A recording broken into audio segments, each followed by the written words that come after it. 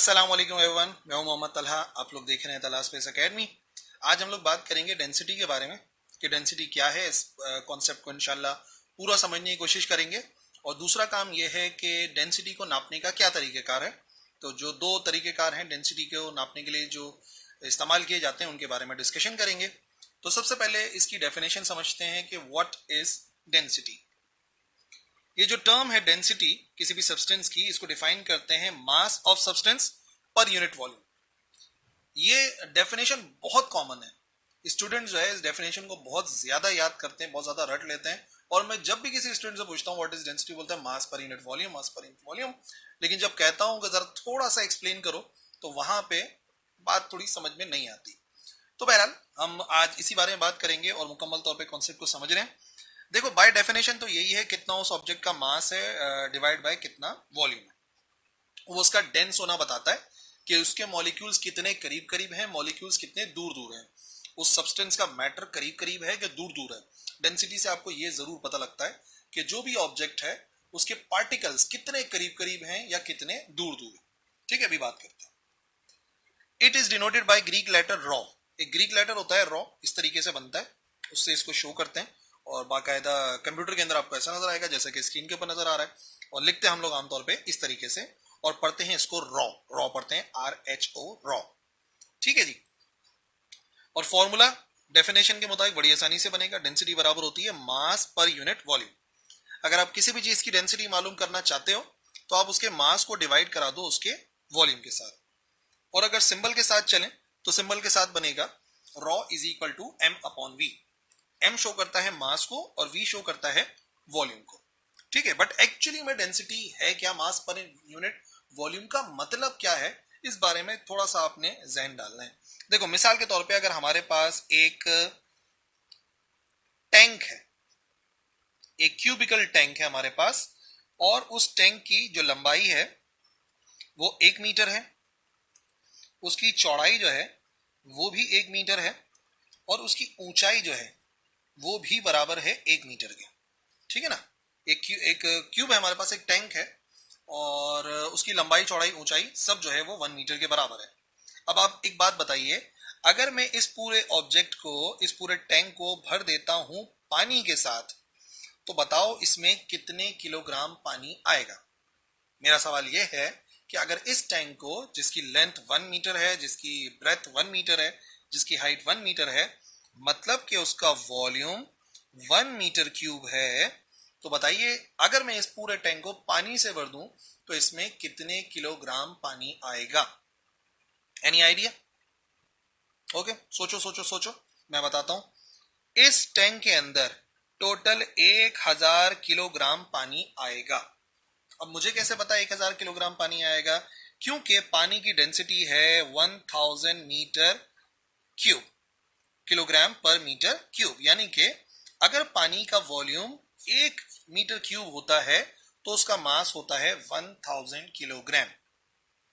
तो डेंसिटी से आपको यह पता लगता है कि अगर किसी भी ऑब्जेक्ट का वॉल्यूम यूनिट है, यूनिट का मतलब 1 मीटर क्यूब है, तो उसका मास कितना बनेगा।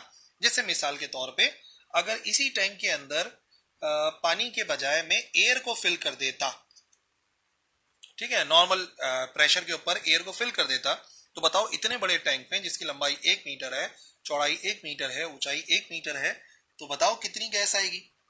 पानी से ज्यादा आएगी कि पानी से कम आएगी? पहले तो इस बारे में सोचो।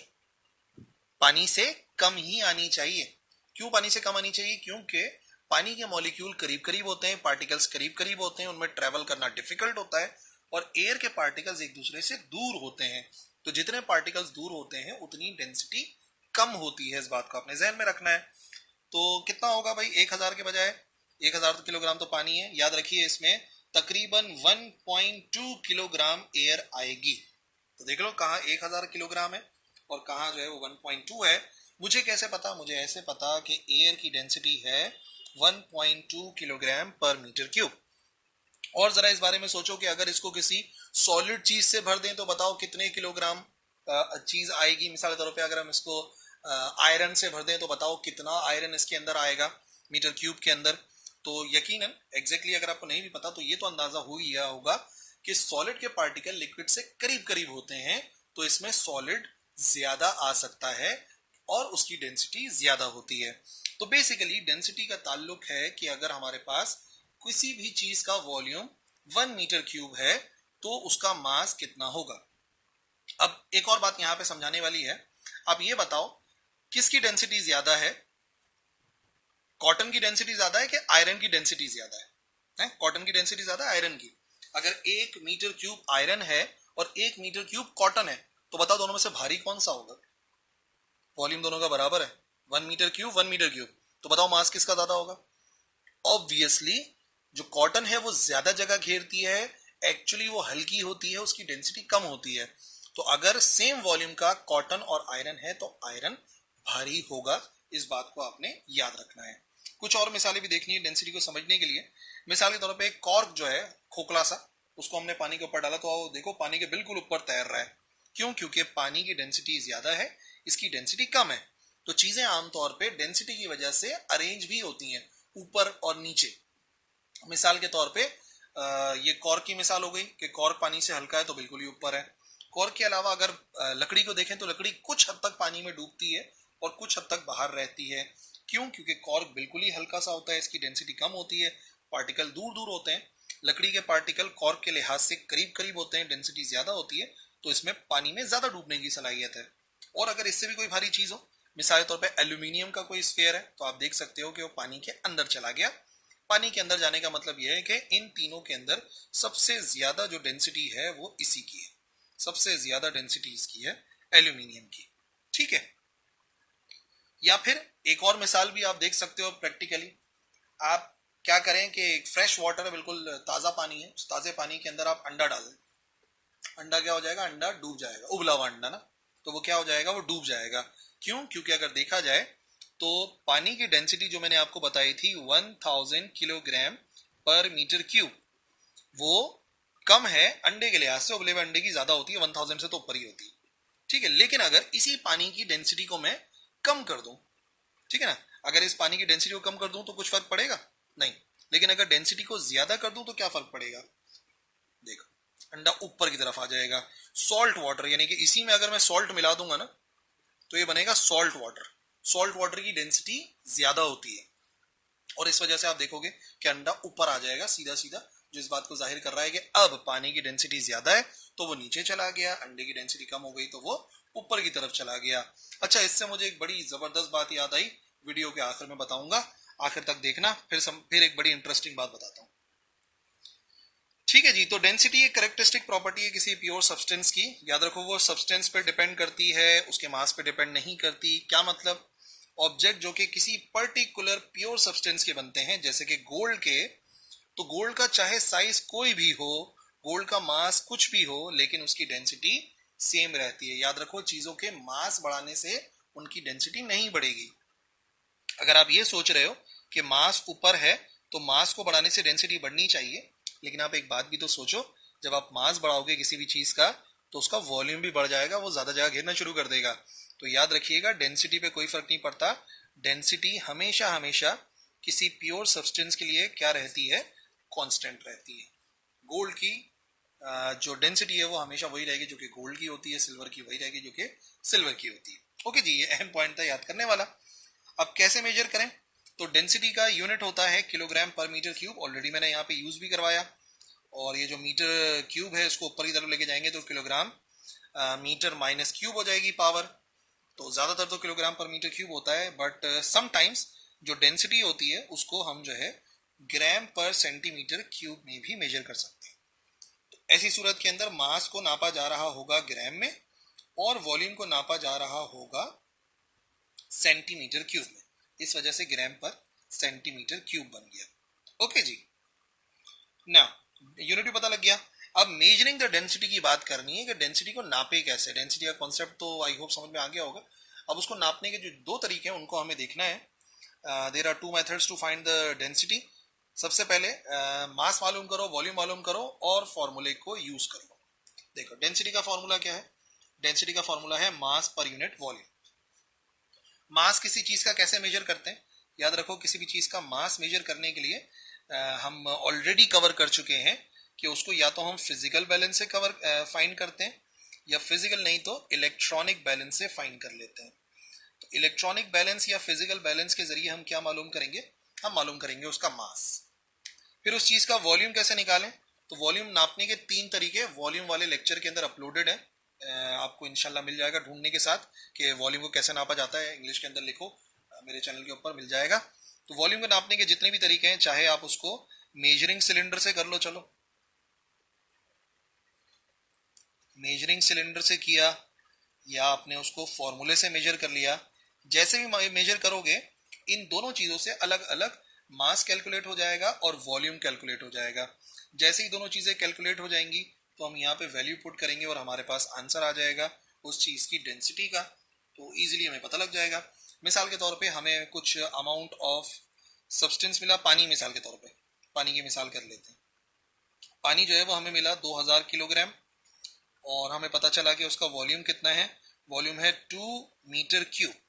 तो हमें सिर्फ क्या काम करना है, जो भी मास है 2000 उसको डिवाइड कराना है उसके वॉल्यूम से, यानी कि 2 से, तो हमें मिल जाएगी डेंसिटी जो कि होती है पानी की 1 किलोग्राम पर मीटर क्यूब। तो जो भी हो, ये तो मैंने बहुत ही आसान सी मिसाल बता दी ना। आप किसी भी चीज का वॉल्यूम नापो, उसका मास नापो और फिर इस फॉर्मूले के अंदर रखो, तो बहुत ही आसानी के साथ आप उस चीज की डेंसिटी को मेजर कर लोगे। ओके जी। दूसरा तरीका है स्पेसिफिक ग्रेविटी के जरिए नापने का। अब ये स्पेसिफिक ग्रेविटी या इसको रिलेटिव डेंसिटी भी कहते हैं, इसका क्या मतलब है लिख रहा हूं मैं, नोट कर लो इसको। रिलेटिव डेंसिटी भी कहते हैं स्पेसिफिक ग्रेविटी को। फॉर्मूला देखो पहले, फॉर्मूला क्या है, स्पेसिफिक ग्रेविटी बराबर होती है उस सब्सटेंस की डेंसिटी को डिवाइड कराओ डेंसिटी ऑफ वाटर्स, कि वाटर की डेंसिटी कितनी है। ठीक है, अब ये तो स्पेसिफिक ग्रेविटी का फॉर्मूला है। तो सबसे पहले तो उस ऑब्जेक्ट की आपको स्पेसिफिक ग्रेविटी निकालनी है। जब आपको स्पेसिफिक ग्रेविटी पता लग जाएगी, पानी की डेंसिटी तो हमें पता है एट 4 डिग्री सेल्सियस कितनी होती है, 1000 किलोग्राम पर मीटर क्यूब, जो कि याद होती है। तो अगर किसी भी सब्सटेंस की डेंसिटी निकालनी है स्पेसिफिक ग्रेविटी के साथ, उस डेंसिटी की वैल्यू को हमें क्या करना पड़ेगा, मल्टीप्लाई करना पड़ेगा, तो जाके मल्टीप्लाई हो जाएगी और इजीली हम लोग डेंसिटी मालूम कर लेंगे उस सब्सटेंस की। अब सवाल यह है कि उस चीज की स्पेसिफिक ग्रेविटी को कैसे मेजर किया जाता है। ये एक बड़ी अहम बात है कि भाई स्पेसिफिक ग्रेविटी कैसे मेजर की जाती है। तो उसके लिए भी एक छोटा सा काम होता है, मैं आपको बताता हूँ। किसी भी चीज की अगर आप मालूम करना चाहते हो स्पेसिफिक ग्रेविटी, आपको मालूम करना पड़ेगा उसका आपको मालूम करना पड़ेगा with the help of physical balance या इलेक्ट्रॉनिक बैलेंस। क्या करना पड़ेगा, सबसे पहले तो आपने उस ऑब्जेक्ट का मास मालूम करना पड़ेगा कि उस ऑब्जेक्ट का मास कितना है। ठीक है, और वो इजीली फिजिकल बैलेंस के जरिए मालूम किया जा सकता है। ठीक है, जिसको आप कर लो कि उसको हमने नाम दे दिया m1 का। ठीक है, और एक मर्तबा उस ऑब्जेक्ट का आपको मास निकालना पड़ेगा पानी में डिबो के। पानी में थोड़ा सा जो वेट होता है वो कम हो जाता है, मास जो है बॉडी का कम हो जाता है पानी में जाने के बाद। ठीक है ना, जब आप फिजिकल बैलेंस से मेजर करोगे तो जो डिफरेंस ऑफ वेट आएगा ना, कि उसका मास में कितनी कमी आ गई। ठीक है, जो उसका मास में कमी आ जाएगी, डिफरेंस ऑफ मास। और डिफरेंस ऑफ मास कैसे निकल सकता है, फॉर एग्जाम्पल पहले वाला मास आपको पता है m1 था, बाद में जब आपने मास मालूम करा पानी में डुबोते हुए, तो उस मास को नाम देते हैं m2 का। तो दोनों के डिफरेंस को डिवाइड कराते हैं इस एक्चुअल मास से, तो जो आंसर हमें मिलता है वो आंसर हमें मिल जाता है उसकी स्पेसिफिक ग्रेविटी का। तो एक मर्तबा, और नहीं तो गिवन भी होती है, तो अगर कभी भी आपको स्पेसिफिक ग्रेविटी मालूम हो जाए तो सीधा सीधा उसको आपने पानी की डेंसिटी के साथ मल्टीप्लाई करना है। उस ऑब्जेक्ट की स्पेसिफिक ग्रेविटी को पानी की डेंसिटी के साथ मल्टीप्लाई करना है, तो डेंसिटी ऑफ दैट सब्सटेंस मालूम हो जाएगी। ठीक है भाई, तो जैसा मैंने कहा था आखिर में आप लोगों के लिए एक बड़ा इंटरेस्टिंग सी बात है, एक इंटरेस्टिंग फैक्ट है, वो शेयर करना है। क्या आप जानते हो एक जॉर्डन के अंदर एक सी है, उसको कहते हैं डेड सी। एक मुर्दा समंदर है, डेड सी है। इसकी खास बात क्या है, डेड सी के अंदर जो लोग डूबते नहीं है। अब आप देख सकते हो इस पिक्चर के अंदर, ये आराम से लेटा हुआ है पानी के ऊपर और पानी में डूब नहीं रहा, हालांकि पूरा का पूरा समंदर है कई कई किलोमीटर गहरा, लेकिन ये डूब क्यों नहीं रहा। इसका एक जवाब है। इसका जवाब ये हो सकता है, चीजें तैरती कब है पानी पे, जब उनकी डेंसिटी पानी की डेंसिटी से कम हो। लेकिन आप लोग तो कहोगे कि हम तो स्विमिंग पूल में जाते हैं फौरन अंदर चले जाते हैं, डूब जाते हैं।